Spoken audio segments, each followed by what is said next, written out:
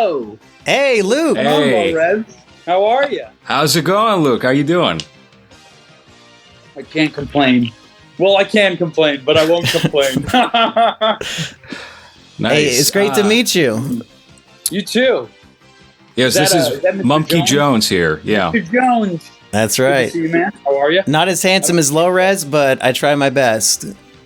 Not as handsome. We got Luke here. Luke's a stud. Literal Chad and everything. Yeah. I'm at a resort in Cuba. I'm hiding out. Really?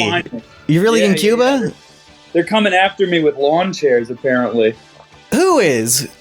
I don't know. Somebody who hates me, apparently. But for what my twin brother did, no, that Duke. wasn't me. That was not me. That was that was Duke, dude. I got framed for it. Yeah. The funniest idea I saw on Twitter was how awkward will it be when Luke has to go talk to Duke when they're switching out his twins and tell him what happened? Right? I don't even know what word he used. I never used that word. I don't even know what it was. Luke, have you done any other interviews since you got out of the house? No, you're the first one. Oh, I love that. I've gotten offers. I've gotten several offers. And I'm just kind of like, you know what? I don't know. But you guys, I had a good feeling about you guys. Oh, yeah. I'm on your side 100%, Luke, for real. Thank you, my man. Thank you. Yeah, I was actually fuming with rage when I found out, when I saw the Twitter outrage. Yeah, it was way overblown. It was, and I'm not mad at anybody. I'm not mad at the producers. I'm not mad at, anyone involved in the show. Everyone I met were beautiful, wonderful people. All the other contestants, they were smart as a whip. Really smart people. But, that's the shame of it. I'd like to maintain a good relationship with them, but if they have to hate me, they have to hate me. That's how it's going to be. And it's unfortunate, but them's the breaks. Yeah. Did you see just yesterday, I think it was, you got covered in the New York Times. The New York Times cares about Big Brother. That's really remarkable. I haven't been paying attention to the rags that are, tarnishing my good name. Yeah, fuck that. I wouldn't read them either. They have been kind of inaccurate. I just read a U.S. Weekly article that said you actually said they're really trying to lean into the white guy who doesn't know any better. We were in the G's room. The G's room. Actually, no. That's not quite the quote. There was the first thing I saw when I got back.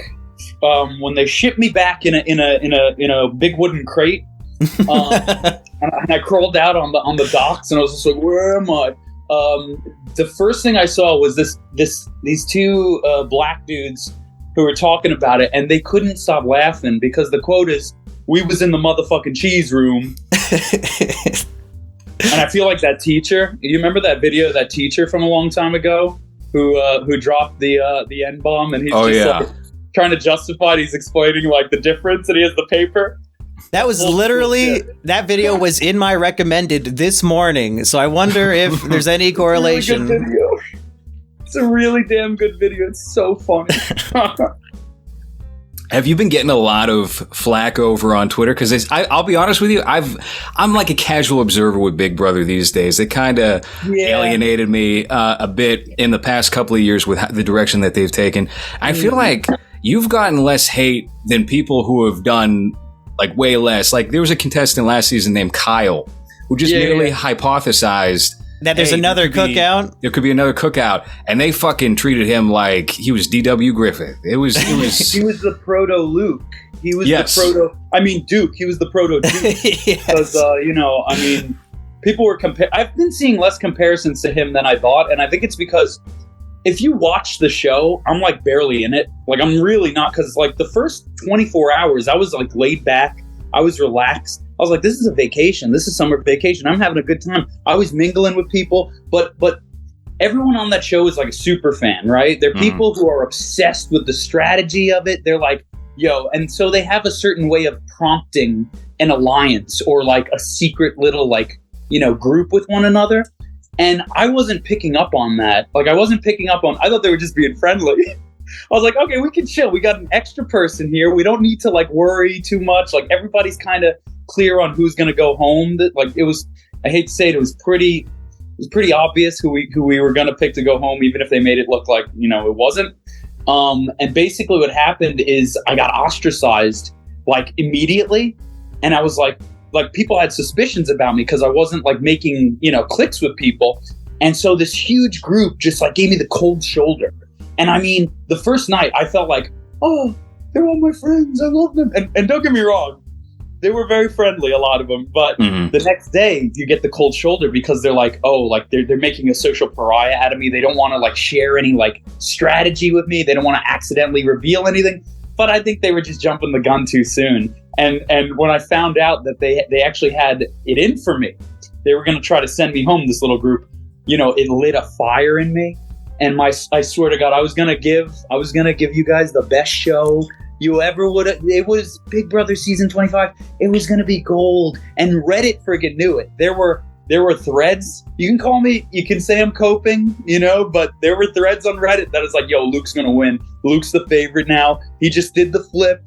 And when I say Luke, I mean Duke, because they brought Duke in, and he's actually the one with the fire.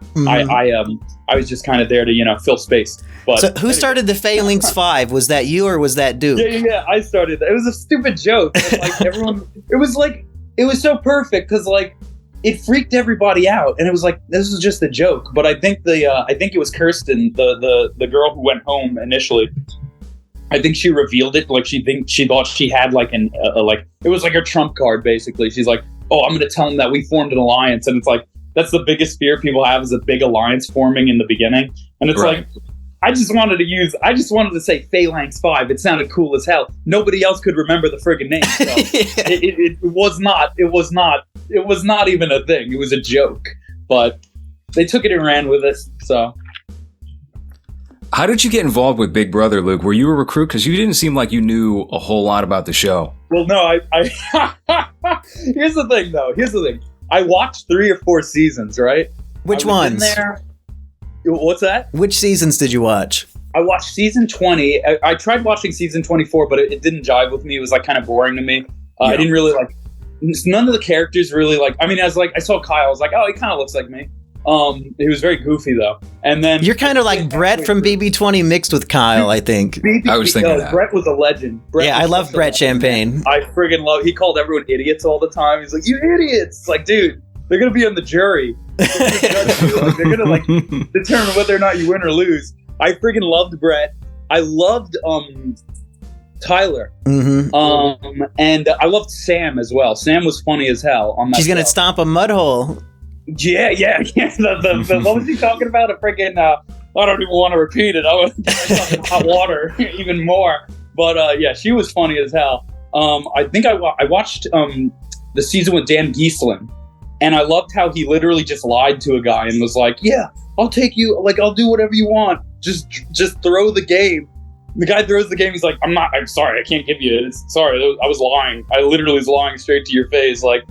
So, and then I think I was watching season 16 when I got pulled in, but I was binging it because it wasn't a show I originally would have like thought I'd be interested in. But then when you see like the more personal dynamics and like less of nothing's really scripted per se, but it's like if they like something you say, they want you to say it in a way that's like a sound bite, that's like a quality sound bite. You know what I mean?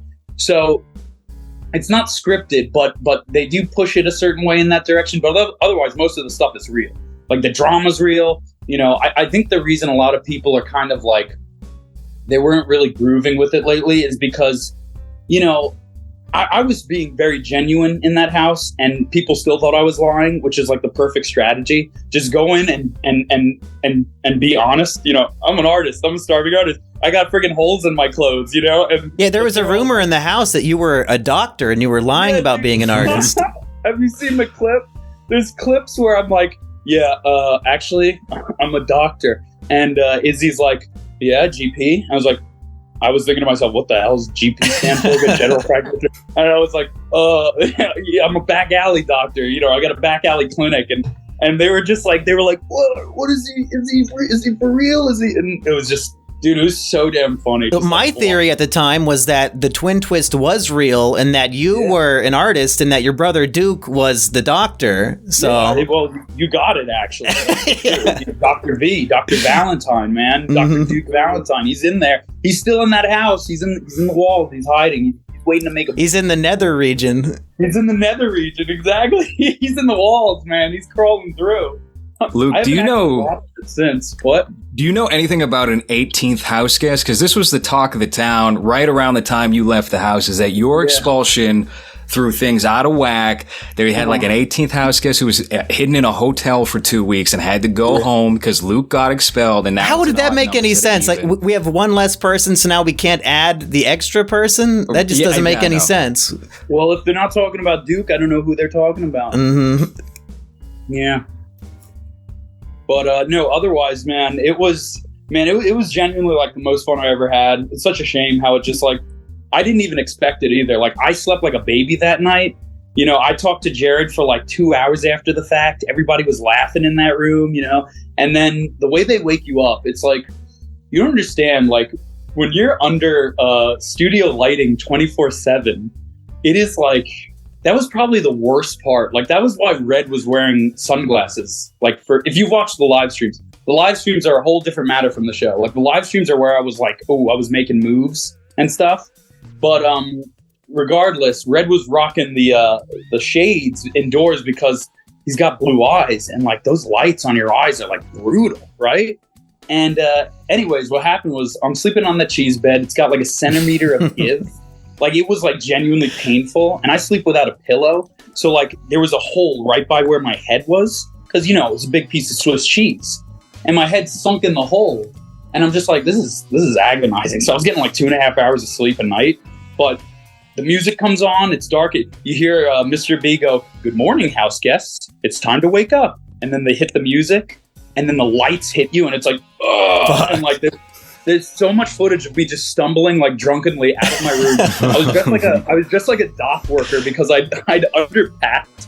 Like, they told me, yo, this house is going to be cold because we have a lot of equipment in here that needs to stay cold in the hot desert sun, you know? So, but I think the have-not room, which is the cheese room, I think that room was like 10 degrees colder than the rest of the house. So I'd go to sleep and I'd be like all like kind of like wrapped up, and then I'd wake up freezing and shivering. And so I just started dressing like I was working at the docks. I had my like windbreaker on and like a pair of jeans and these big wool socks. And like, I just wander out of the room, like just fully like in a getup. And Jared was like, "You look like you're about to go to work." I was just going up to piss. But man, dude, it was just, there's so much like ridiculously golden footage in the live streams. And I've been like, people have been sending me clips, just like random clips over and over. And it's just like, oh, I remember that moment. Oh, that little moment. Ooh. And it's like, damn, like who really got robbed? And I think honestly the viewers got robbed. There was so much more that could be done. There was so much more good stuff. It's such a shame. Well, Luke, my impression was that production really did not care about what you did, and it was the influence of the Twitter hate mob really just pressuring them. Did you get that impression as well? No, honestly, production, everyone I spoke to when I was getting, you know, the walk of shame out of there was they were all very sympathetic. They were all very, you know, they didn't seem happy. That's all I can say about it. Like they're getting flack on Twitter, and I don't like that they're getting flack on Twitter because I think ultimately they're subject to a much greater force that, you know, let me just put it this way. When they called me in and told me, "Hey, listen, like you broke the code of conduct, you said a racial slur," the way they said it, like the shakiness of the voice and like clearly maybe was crying or holding back tears, I could tell like there's no way out of this. There's no negotiating it. It's over. And I was just like, dude, all the like the energy was just sucked out of me. It was just like, it was heartbreaking. It was genuinely a heartbreaking moment. And they walked me out.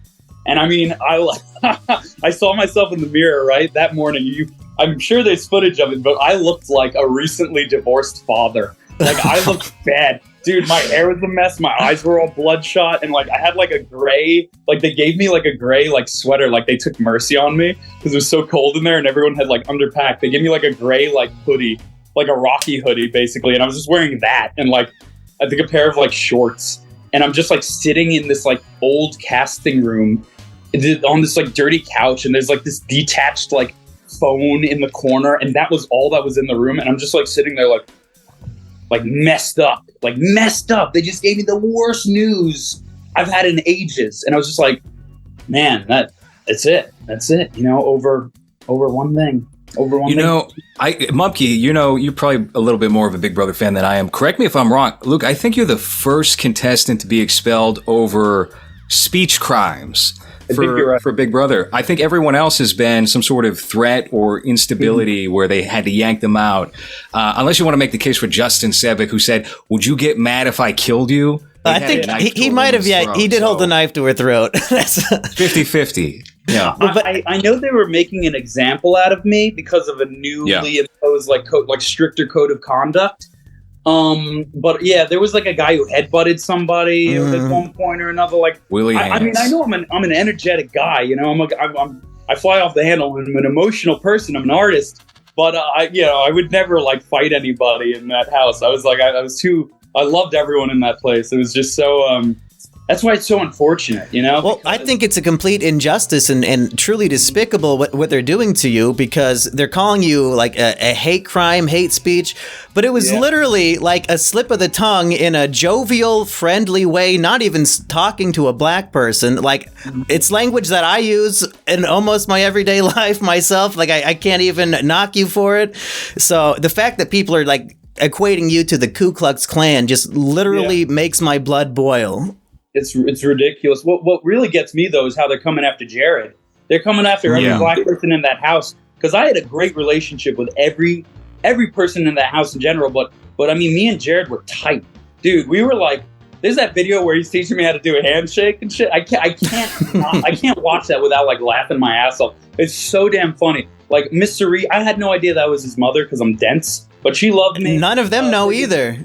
Felicia, like, she gave me a hug. She made food for us after we were done with the slop. We were done with a week of eating. She gave me a big, beautiful hug. She was funny as hell. Like I said, I had great relationships with all of them. Now they gotta hate me, because if they don't, the same people calling me a racist, they're gonna be calling them way worse words. And it's like, it's not even, it's not like a unified thing, because like, I got black people telling me, "Hey, Luke, I think what they did to you was screwed up." I got them saying, you slipped up, but you didn't have to go home for it. You were so entertaining. We loved you.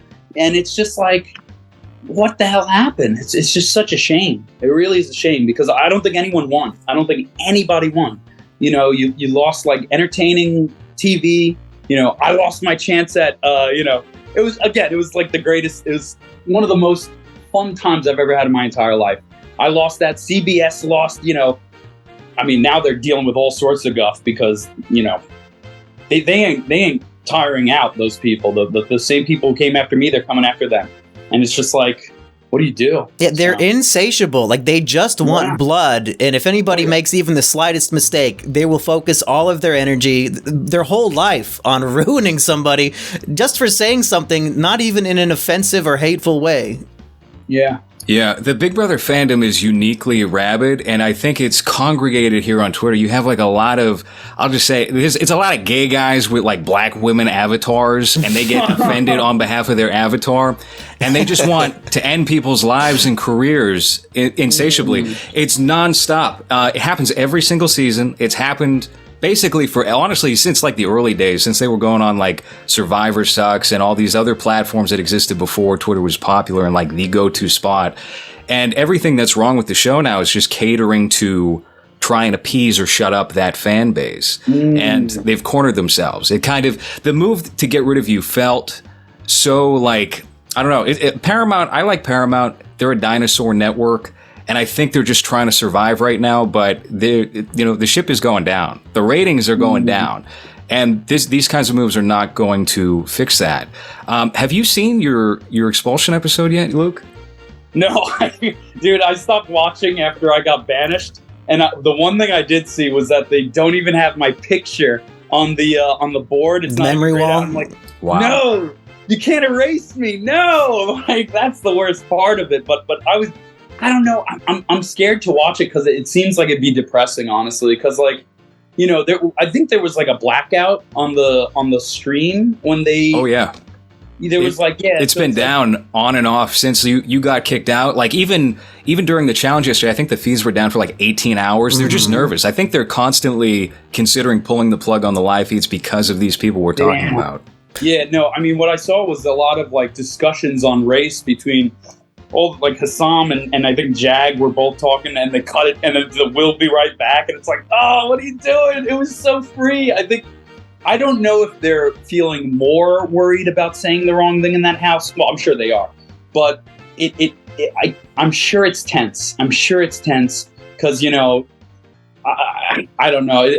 That's just got to be so shocking. And, you know, I wish I could be a fly in the room and hear what they were saying upon, like, originally hearing that, yeah, I'm out of there.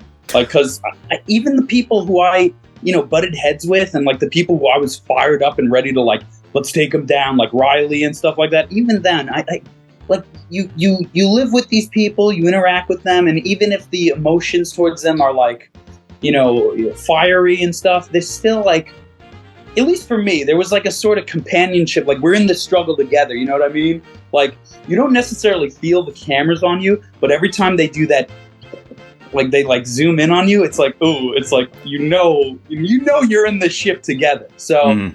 You know, the first HOH when Riley announced who she was picking, it was like, yo, my legs were shaking. I was like tense. I was like, yo, this is like, I feel terrible, you know? And it's just like, that's just the state of it, I guess. It's just the state of being in that house, you know? So it's very complicated, which is why I really wanted to promote the live stream, because, you know, when I sat down in the diary room as few times as I did, I think what was going on is they were kind of saving a lot of like what was going on with me in the live streams as like future content for another episode. And now they have to scrap all this stuff because there was a lot in there, and it was just like, okay, like I think in past seasons, and correct me if I'm wrong, in past seasons, you know, you would get like a group of episodes that were kind of focused on one group of people, one character per se, and then you get another group of episodes focused on another, and it's kind of like their sort of arc, I guess you could say. But yeah, so I think that's what they were doing with me, because I was told, yeah, we're gonna have to call you in quite a bit to the diary room later on, because they really didn't call me in very much in the beginning. Well, Luke, I know you haven't watched your Expulsion episode, but part of the reason why I think production was sort of on your side and that maybe their hand was forced is that it's they really don't paint you as being villainous or bad at all. And they even include a diary room from Jared, and Jared seems like he's very much against what is happening, and he sends you a personal message saying, Luke, you know, you're my friend for life, and I wish you the best of luck. So I think Jared is like legitimately worried about, you know, your reputation, because even he thinks you didn't do anything. Yeah, man. I mean, I'm worried about him because I see what they're saying about him, and I don't like that. And it's just like, it's a shame. It is a shame, because everyone I've talked to, like literally everyone I've talked to who's like, you know, an emotionally stable person is just like, yeah, I don't agree with it, but like that, you know, that's how it is. You have these crazy people, and it's like, well, the crazy people aren't talking to me. They're DMing me about, you know, medieval torture techniques they'd perform on me, you know, but in graphic detail, like you ever heard of Iron Maiden, like stuff like that? And it's like, a lot of it's just like white women. And I go, like, they'll say the worst things to me, and I'll just, if they've got like their whole, you know, their picture and their whole thing on their Instagram with their DMing me from, and I'm just like, well, that's a little rude, don't you think? And then they just stop messaging me, and it's like, I don't think people are that nuts. Like, most people do agree that, yeah, it was really, you know, should have given them a slap on the wrist. You know, should have kept the show rolling. Don't cater to this nonsense, this madness. But everybody's afraid of it. It's like a big illusion that everyone's terrified to kind of like tear down. And I think honestly, that's why it continues to perpetuate itself. Well, Luke, if you'd be willing, I would love to get screenshots of these hate messages from people and include them in the video, just to give them a little taste of fame themselves. I don't know if I should do that. That sounds risky. That sounds a little dangerous. Hey, they're the ones who are threatening your life. They're putting themselves out there. Luke, I've seen in your comments on Instagram, there's like one perpetual person who writes like an essay, and it's just like, if you just apologized, if you just said sorry, we could do. He literally said sorry, like immediately. Dude, I'll get the first sentence, and if it's like, you know, it's just preachy. I just can't read all of it. It's just exhausting. But I read the positive ones. The positive ones keep me going. The positive ones have been growing.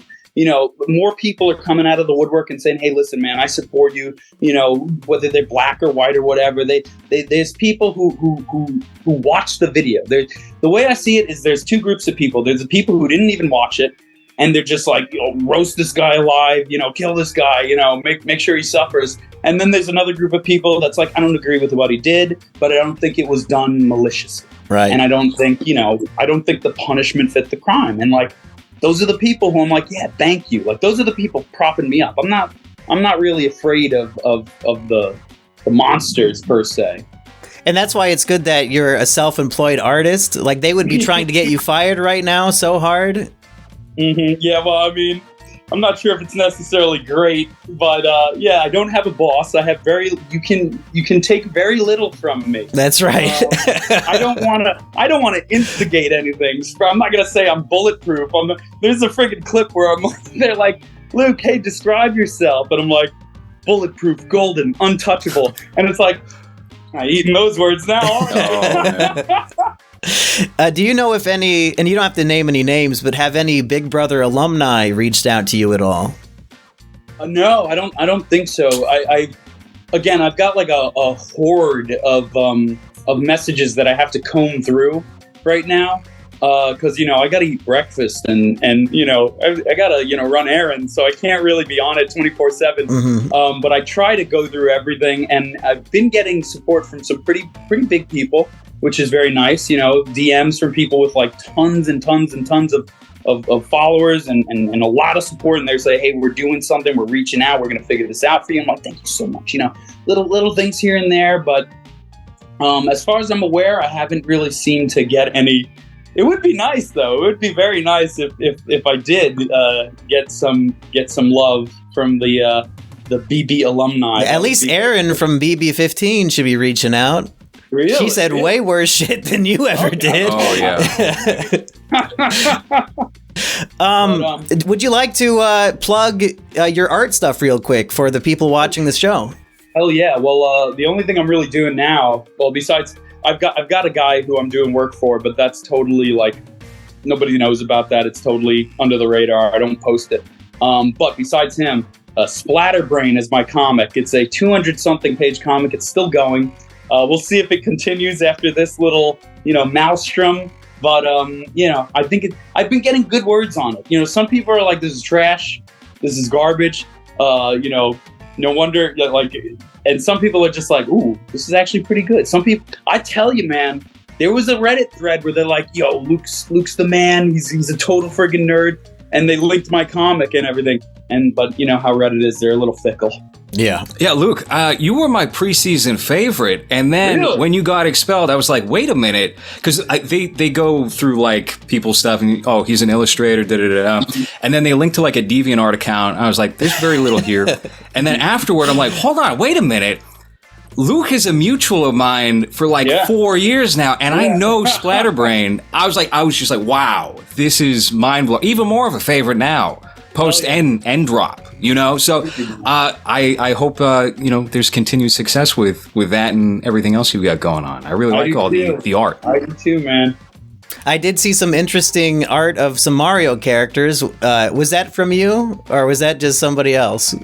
It might have been mine. I don't know. I mean, I was like, oh, that's pretty. If this guy's in the house, it's going to be a good season, is what I was thinking. I haven't done fan art in I can't remember how long. I've been doing my comics solely as my personal stuff for since like the pandemic, honestly. It makes me no friggin' money. I survive solely off commission work, so no Patreon? Let's get you on Patreon. Oh yeah? I mean, I got a Patreon. Good. Hell yeah. Yeah, let's plug that. Patreon.com/splatterbrainlove if you can remember that. And it's called Splatterbrain. It's not gory or anything. It's very it's a comic about love, and peace. It's a beautiful thing. So honestly, all I'm trying to do here is promote understanding and love right now, because all the hate doesn't do nothing. You can't fight it. Like these people who are going after me, what can you say to them? They're rabid. So, I think how you've handled it.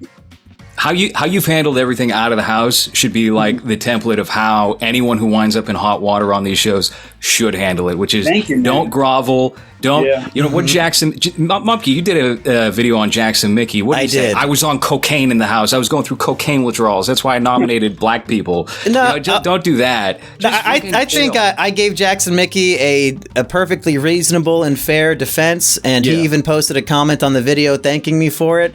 And Luke, I've been seriously thinking of doing a follow-up video about your debacle, but if you think I shouldn't, I won't, but I think I have a few things to say. Hey, dude, do whatever you want. That sounds awesome. Cool. I don't mind. Hell yeah. Yeah, I'll definitely do that then.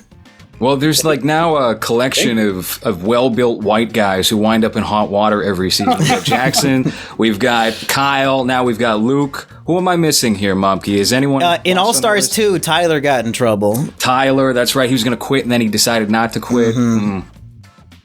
Yeah, Memphis, it's all bullshit. Memphis is another one. He did the thing, that happened. I'm sure Christmas told him to do it. In trouble, huh? Yeah, Tyler, I don't even remember the Tyler thing, but it was just complete bullshit. And it was, what was the name of the chick who got third place on that season?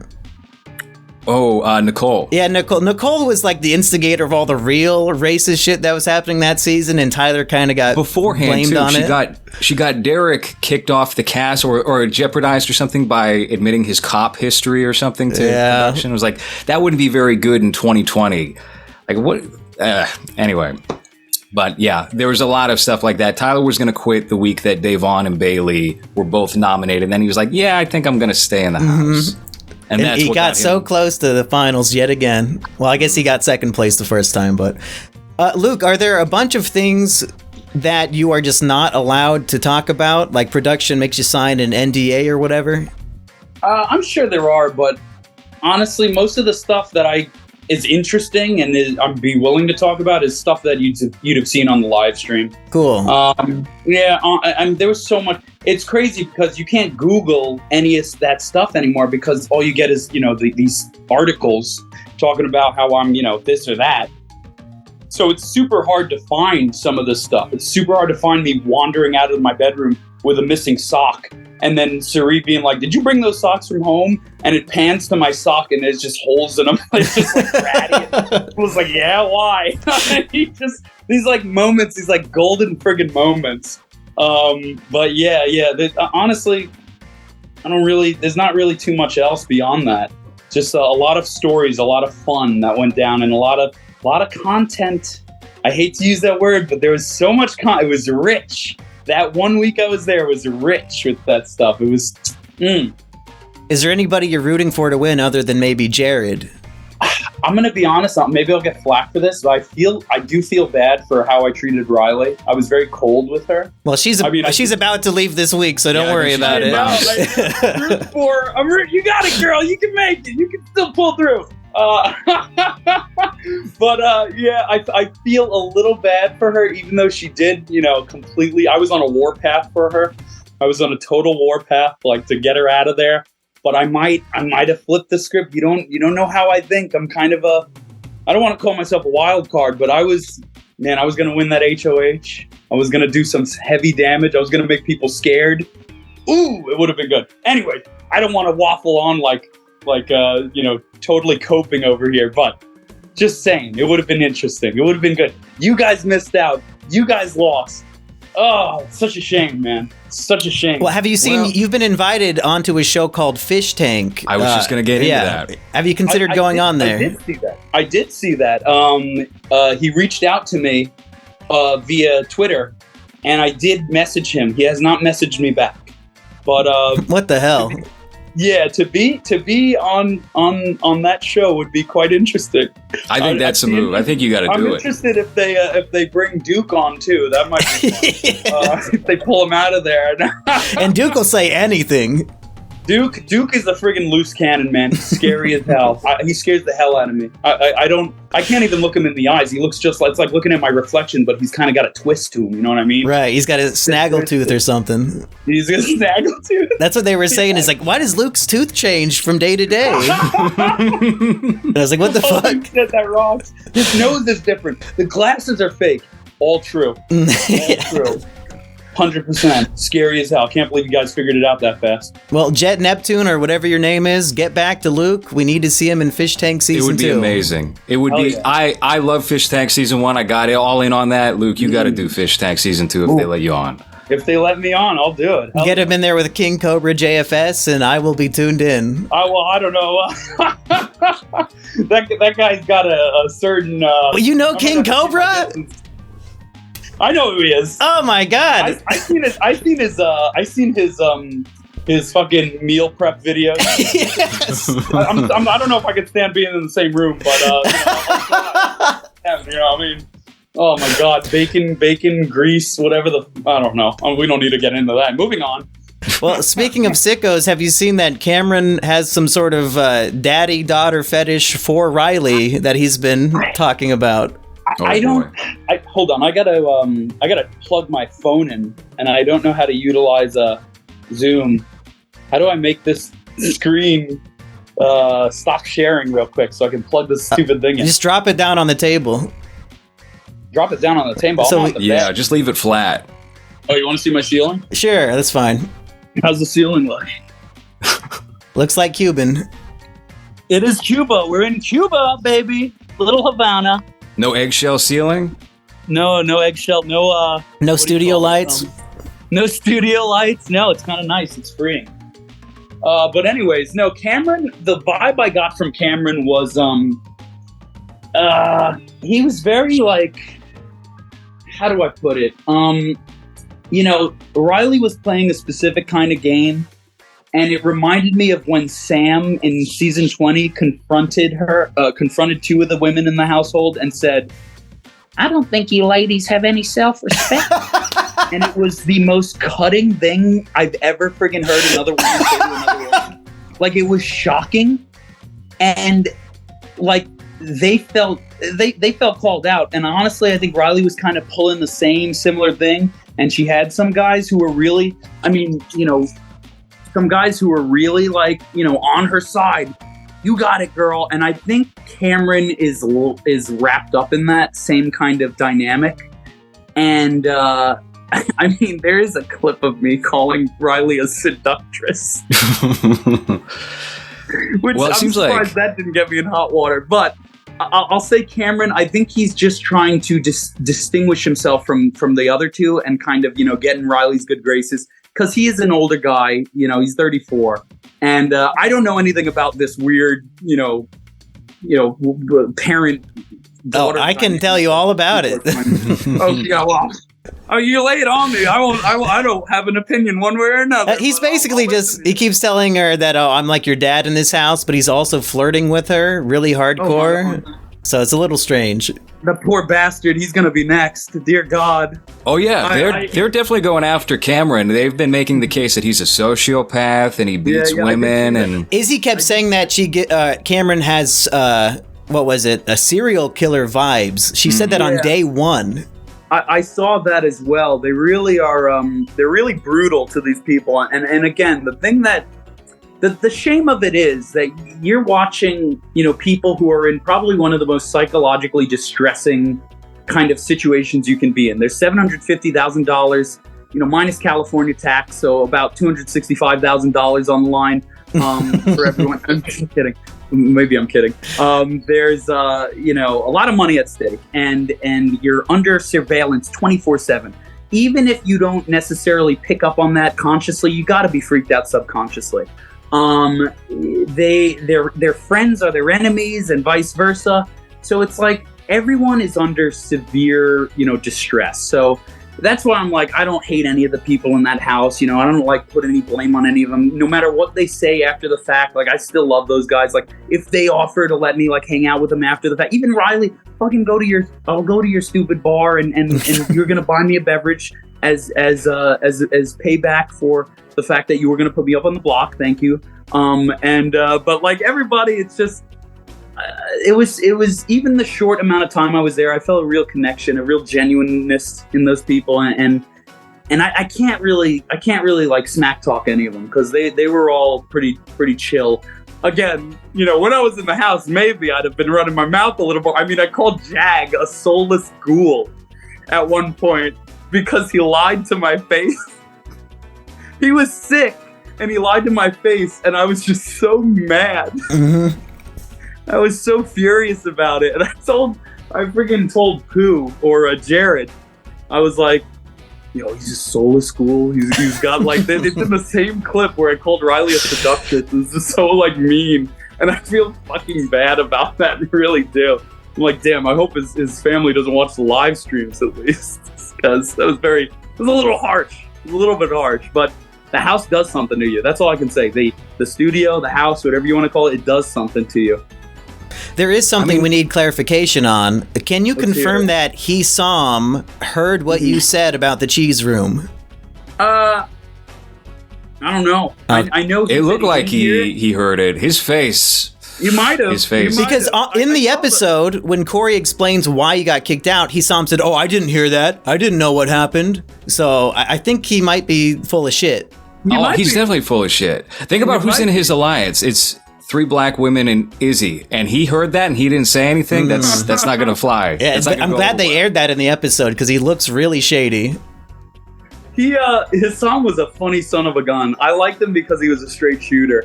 He really like did not give a damn what people thought. He just told you to your face. Like he literally said to me after the incident in the cheese room, he's like, Luke, you're very off-putting at first, but then you become very likable after a few sentences. I'm like, well, shit, nobody's ever described me that way. Well, isn't he like a geriatric gynecologist or something? Is like, what's his occupation? Geriatric gynecologist. He was all right with me though. I was like, the thing about Hissam is I would not have started like a legit alliance with him. He was very chaotic. Like he seemed like somebody who would like flip the script on you very easily, like pull the rug out from under you if you thought you were tight with him. But I was as tight as I could be with the guy, you know. He was very interesting. I'd say if I had to, my plans, if I was in the house a little longer, I would have been like, me and Jared, we were gonna be, like, a little double duo. We were gonna be Team Pulp Fiction. That was my plan that he had. Me and Red were gonna be another duo. We were gonna be ZZ Top. Eventually we'd merge together. We'd be the 3 Musketeers. We'd be unstoppable. It would have been beautiful. You would have. Again, maybe I'm delusional. I'm could have convinced Jared to betray his mom. Yeah. No. Being tight with Jared made me tight with his mom. Like, didn't even know it, but they would have kept me safe. But yeah, it's such a shame. There was so many ways it could have gone, and just nipped it in the bud. Mm-hmm. Nipped it in the bud. I'm a fast learner. I'm a very fast learner, so I got the hang of it. It's different when you're on the show than when you watch the show. It's very different. And I think that's why that group of super fans just completely screwed up and were just sloppy as hell. Like, it was so ham-fisted the way they were going about, like, forming their alliance. They basically, instead of forming an alliance, they formed enemies. And everybody and their mother literally knew the alliance was an alliance. I called them out on it. I said, I know what you're doing. Like, I tried to kind of find a weak link in the chain. I was talking to Blue, and I don't think it worked, but I'm pretty sure their alliance just like imploded right before I got booted out. So again, like I said, I haven't been watching since. I think I'd be too depressed right now to do it. It'd make me too sad, but yeah, I might in the future, I might pick up on it, but it's just like, you see all these like little, I did watch to see Felicia fall in the hot tub. Because that was funny as hell. After finding out she wasn't hurt, I walked out of the backyard and she was like, I fell in the hot tub. She's soaking wet. I'm like, what the hell? And I was like telling everybody, I can't wait to see that. And America ran up to her saying, they said no hot tub, like she fell in on purpose. Yeah. Like, what the hell? She's been losing microphones left and right. Like, she lost 4 mics in the toilet during her stay. I think that's a record for Big Brother. I was saying we got to put like a Felicia bag in front of the friggin' toilet because you have to put the mic in there. You can't be doing that. What are you doing? Put it in a prophylactic or something. Dude, I'll tell you. I told them, I was in the storage room and I was telling, I think Jared and I think Matt was there. And I was telling him, I think Felicia's going to go home first before everything was said and done. And then she started cooking for everyone, and I was like, "Oh no, she's not going." Yeah, good strategy. She's stuck here. Yeah, she's smart. She's not going to win any physical competitions, so keep her around. She was very like I said, everyone was really really smart in that house. Like even the people you think were dense, maybe besides me, everyone in that house was a real like. I mean, Bowie was like a lawyer. I had no freaking idea. All right. There's a clip where I'm talking to him, and I'm like, "Yeah, I'm a lawyer, by the way." And when I said this to them, and they thought they were getting some real info, their faces went flat, and they stared at me. And like Bowie's like, "Yeah, I believe you." And then I said, "My net worth is $32 million." She's like, "No, you're full of shit." Like, "No, it's not. You're lawyers." And I was like, "No, it's because I'm Insta famous." What I say, I was like, they're like, "What are you Insta famous for?" I'm like, "I take pictures of coffee." So like they didn't know like what the hell to think. I'm very good at bluffing, I guess. And I think that would have been my, ace in the hole. The only problem would be convincing them that I wasn't as chaotic as I am, and just being like, "Yeah, I'm not a wild card. I'll vote the way you want me to vote." It's just, the past like week I've just been like, "Oh, these little moments that could have gone this way." It's just, that's the shame of it. That's the saddest part, really. Well, I do think you brought something that is refreshing to the house because Thank you. The politics aside from everything going on with CBS reality, I do think that the big problem with casting for a lot of these shows is they inundate their cast with super fans. And they either play like game bots or they throw in a bunch of people who don't know any better. And then, it's like a very predictable run of the show. I think Survivor has had the same problem. And whenever they throw in people like you who are figuring out as they go along, I always think that makes for a much more interesting game. So GameBot, is that literally the term?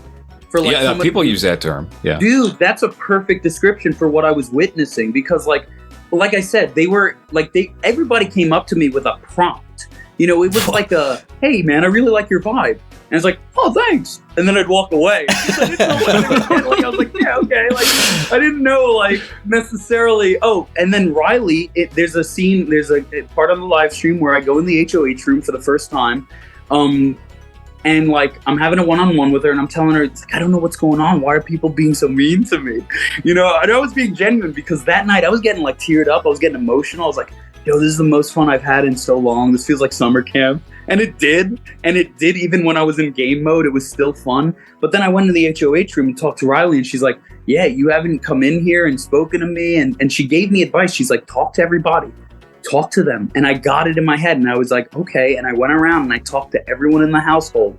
And I was suddenly like, there were moves being made. And I became I was garnering interest. Let me put it that way. Like I said, I've seen the threads on Reddit. I've seen the support that was there, and people were like, "Yo, it's either Red, Jared, or Luke. It's one of the three are gonna win." And it was just like, and that fire was going so well, and then it gets snuffed out very easily, unfortunately. But I'm trying to keep it alive now. So.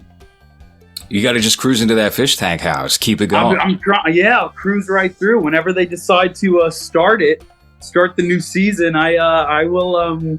I'd be ready for it. It should be soon. I think it's a winter season. They're doing really winter and spring. I think is the game plan for that. I don't think I could live in the goddamn thing. I'll tell you that much. I'll come in and I'll kick holes in the wall if they want me to, but I don't know if I could friggin'.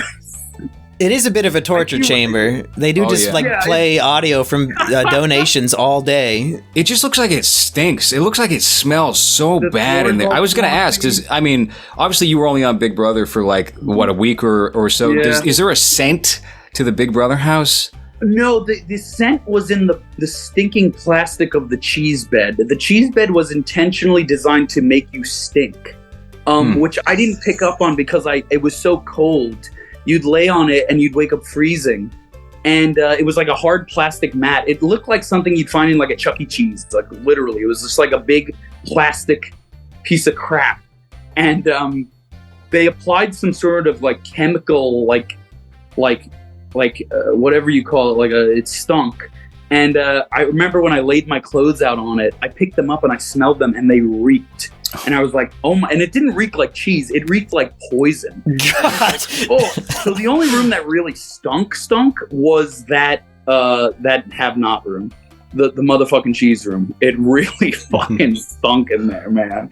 It was, and again, I think the reason that I freaked out so many people in the house was because they thought I was like planning with Jared and Corey, who I call Coco, and I almost just called him Coco again, and Hassam. They thought I had like a thing with them. Riley got paranoid because I was like, yeah, I'll be a have-not because I'm an idiot. And I just instinctually, I said, yeah, I should be in the have-not room. And I don't know why I did that. I don't fucking know why I did that. I just did it. It was, it was a strange thing to do. And it might have cost me, if it didn't cost me then, I probably would have got booted off a little sooner for something. Who knows? What was eating slop like? Dude, it was fucking horrible. It was so bad. The slop, I lost 17 pounds in a Whoa! Yeah. So they've got you sleep deprived and literally rotting away, and now they're mad that at 3 a.m. you had a fucking little slip? Come on. Mm-hmm. Yeah, I was, the slop, I didn't know how to properly prepare it. And I'm somebody who I only cook when the food will end up tasting good. So I just put in the smallest amount of effort possible to prepare it. And what I did was I took it, it's steel cut oats and protein powder for anyone who doesn't know. And basically I just poured water in it and I microwaved it. And I pulled it out and I called it dog puke soup because it was literally just uncooked oats in like water that I poured like brown sugar in. And, it was okay, like flavor wise, it was okay. It was very chewy. And then, but eventually, like a couple days of that, my throat started to close up on it. I was like, I can't swallow this anymore. I can't deal with this. Fucking Jared was not eating it. I asked him, I was like, you ain't gonna eat? He's like, I'm not gonna eat slop. I was like, hey, I respect it, but he's like starving himself, literally. Mm-hmm. So it's just like, thank God for Red. Red pulled through and he like figured out a way to cook it properly. He figured out a way to cook it with turmeric, and he made slop patties, and they were actually friggin' delicious. And I tried to take the recipe and I rolled with it, and I made them on the last day, and it was like eating drywall. It was hard as brick. It was like nice tasting drywall. It was hard as a fucking brick. It was like it was eating a paver. It was bad. It seems like these redneck guys, like Red, they're always the ones with the ingenuity when it comes to slop. Like, what did Chicken George do, Monkey? Didn't he just put it in the toaster? Didn't he just fill the toaster with slop? That sounds familiar. Like that. Dude, but Red was a fucking cook, man. Red is a father. Red is you know what? I take it back. I don't support Riley. I support Red. I hope Red wins. Because that man he's got ingenuity, he's a man of all trades. He told us about how he like broke his baby toe, and he still had to do his weird carny job where he dives off a fucking board and into a pool of water. And it's just like, the man is like, he's a beast. He's an animal. He was a legend. I fucking love Red. There's, if the footage is still there, there's I got this glint in my eye where I'm just like, I was in the HOH room and Red came in and he said something. And it was just like, I fucking love this dude. Like, I fucking loved Red, man. He was such a legend. I've seen some of the house guests think that Red is like playing a character, kind of like he does on TikTok. Did you think he was more of a genuine person when you spoke to him? There was, again, the paranoia runs rampant in that house. Yeah, he knows how to play a character. He has to for his, whitewater river rafting tour guide persona.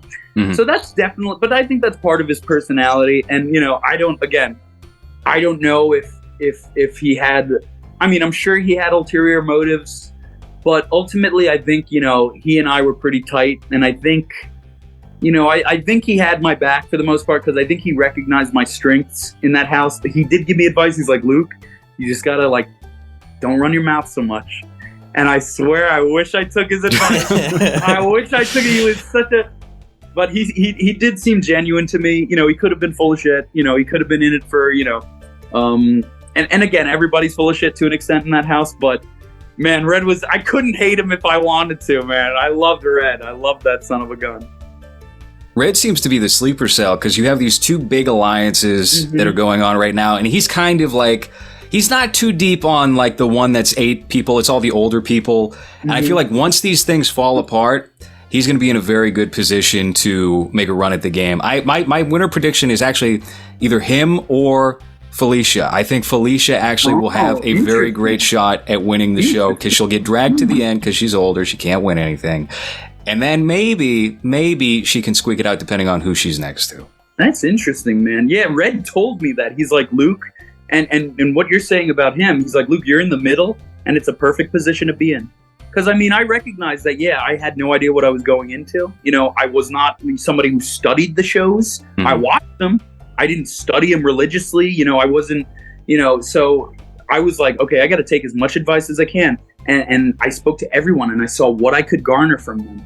And, you know, there was Jared who told me, I think what he did was he gave me his mom's wisdom, because I'm sure his mom told him, you know, these younger players, they're cutthroat.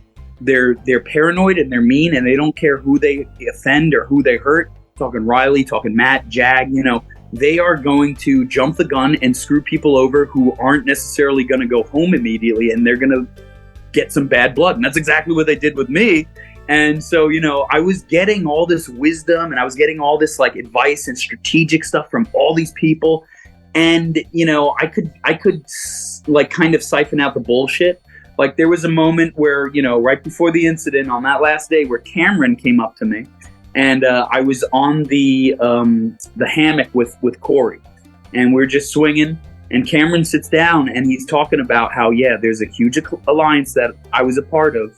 Cameron was kind of like in between. He's like, I was part of this big alliance, and like it's kind of coming apart at the seams now. And I told him, I maybe I shouldn't have ran my mouth, but I was like, I was pissed off. I was like, yeah, well, I heard Riley wanted to put me up on the block. You know, I heard she wanted to backdoor me. And he goes, no, man, absolutely not. Like, she's a good girl. She's sweet. You know, she had no intention. I was there, and I was in this precarious position where I was like, who do I listen to? Hissam or Cameron? Hissam or Cameron? I didn't know what to believe from Cameron. Hissam is like chaotic, but you know, Hissam, you know, he grew on me, really did. So it was like, I was in this position where I was like, what do I do? You know, and unfortunately couldn't make it that far to determine, because like I'm saying, I don't even know what the HOH competition was, but I was tunnel vision in that. I was taking cold showers even when I didn't need to anymore. Even when I was not a have-not anymore, towards the end of that week, I was like, I'm bloodthirsty. I want to win this HOH. I don't care what it is. What was it? Was it like puzzle intensive? Was it like a... It was a little goofy. Right? They're doing like a Stranger Things parody, and they had a whole like street with houses on it and cars and stuff, and you had to, like, they would give you a clue and you had to find something specific and go hide next to it. So it might have been a bit of a crapshoot to win. Yeah, I would have won that. Hissam won it.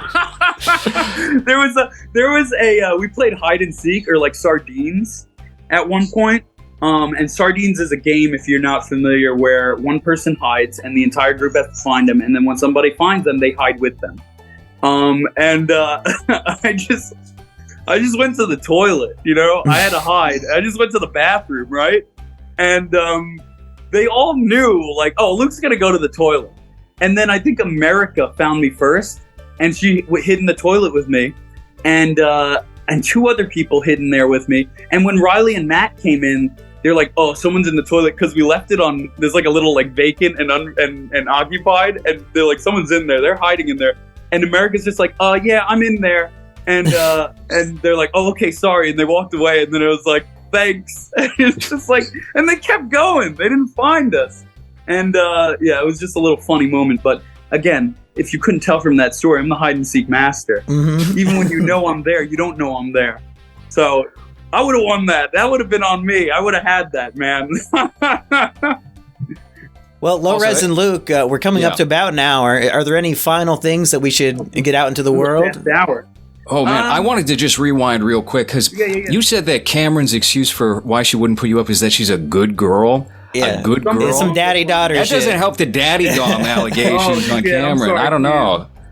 She's a sweetheart. I forget exactly. She's daddy's little girl. She would never do that. Literally. She'd never do that too. I was, and I was just like pissed off on that hammock. I was like, oh, like I didn't know what to believe, and I couldn't necessarily trust Cameron. I wasn't exactly close with him. I knew Red was, but he was somebody who was kind of in the outskirts for me. He was somebody who I really never talked game with. So it was interesting him coming over there and talking to me with Corey. And then Corey was like supportive of her. And I'm just like, and I was just like, oh man, it was so cool. It was such a cool, like, even though I was pissed off and I was like freaking out at some points, I was still in game mode. I was still so ready. I was loving it. I was loving every second. Even when I was pissed off, even when I was like fired up, I was loving that. I was like, But as far as final thoughts go, I mean, I don't like the hate anyone's getting. I can handle it. Like I went to public school. Like I got my face smashed in public school. Like mean comments, it's whatever. But I don't like the hate that my fellow housemates are getting, CBS producers are getting, production. I don't like that stuff. I don't like to promote that. And again, I just appreciate all the support, all the memes I'm getting. They put me in the friggin' red room, and I'm like, that's fucking perfect, from Twin Peaks. It's like, that's the Black Lodge, not the red room. Yeah.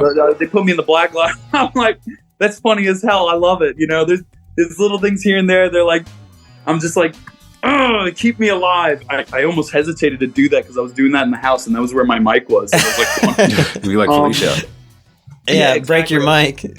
I sweated all over it at one point. I had to get a mic replacement. I was down one mic because I was on the bike, and I was like, I was on the bike, and I was like staring at my reflection. I was like, they fucking lied to me, I was on that bike for 50 minutes. The fucking microphone's getting soaking wet. And they're like, Luke, come to the diary room or come to the storage room and replace your mic. I'm like, oh shit, sorry.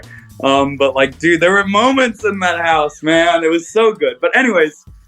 Ultimately, I just think that everyone kind of lost out. Not even just me. I mean, I like the fans lost out. Everyone in the house lost out to an extent. I mean, it's a shame, but them's the breaks.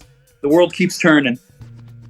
And I think the life lesson I take away from this was that, you said, nigga, I'm not afraid to say it. I don't fucking care. You guys don't have to say it. I'll say it. Fuck it. Man, we got Richard Pryor here on the podcast. That's right. But the one black guy in the room, he's laughing. He thinks it's funny. The two white guys get offended on his behalf and start giving you the cold shoulder and walk out all angry. And I really think that speaks to just exactly what happened. Fucking white people getting offended on behalf of people who aren't even upset. And it's disgusting. That's why they kicked you off, because Twitter was full of, like LowRes is saying, these angry white gay men who were blowing up their DMs and tweeting about it. So maybe people should just sit back and get offended when something happens specifically to you, and don't get offended on behalf of other people. Sure. Yeah, I mean, ultimately, and the worst part is, like, after that happened and they cut to "We'll be right back," me and Jared were just chatting. We were having a good time. It was like everything was relaxed. Everything was cool. And Hissam and Corey came back in the house, or they came back in the have not room.